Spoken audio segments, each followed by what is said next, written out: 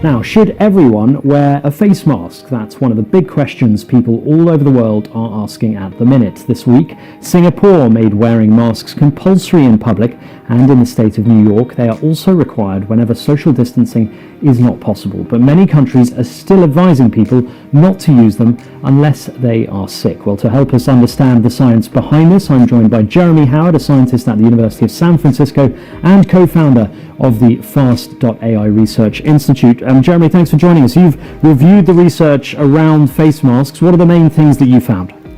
Yes, I'm the lead author on the latest study here, which is a cross-disciplinary international review of the evidence around face masks from 19 of the top world experts in this area. And what we found is that the evidence is surprisingly clear. When we speak, we can transmit this disease by little droplets that come out of our mouth, so small that we can't see them. And any kind of simple cloth mask or paper towel mask actually stops them in their tracks, about 99% effective at stopping them.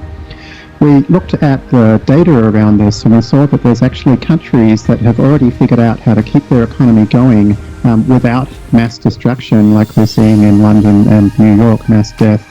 For example, Taiwan and Hong Kong, their economies largely continuing as usual with just a few social distancing measures, but not a lockdown.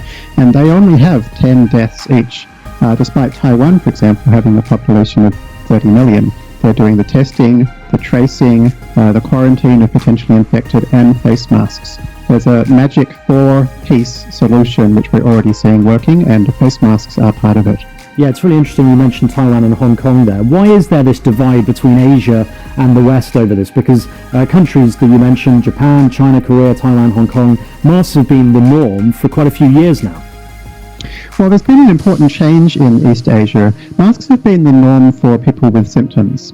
And unfortunately, that doesn't really help in this case, because we now know that about half of the infections come from people that don't have symptoms at the time that the infection happens.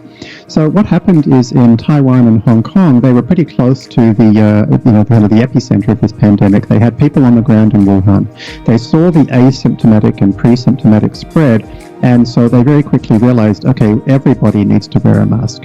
They already had the mask wearing culture because they have, unfortunately, a history of respiratory pandemics in that region. So they know about the importance of masks. And with this vital new scientific fact, which is you can transmit the disease even if you don't know you have it, very quickly everybody realized we need everybody wearing masks, otherwise people are at risk. And briefly, Jeremy, your advice then to anyone in a city with a significant coronavirus outbreak, as well as social distancing, would be simply to wear a mask.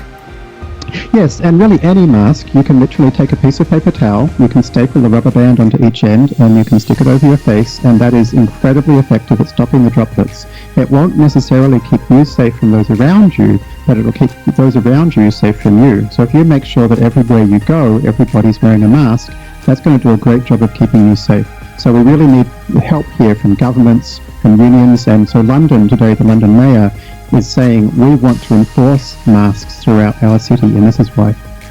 Jeremy Howard, really interesting to talk to you about that. That's Jeremy Howard live there from Houston in Texas. Thanks so much.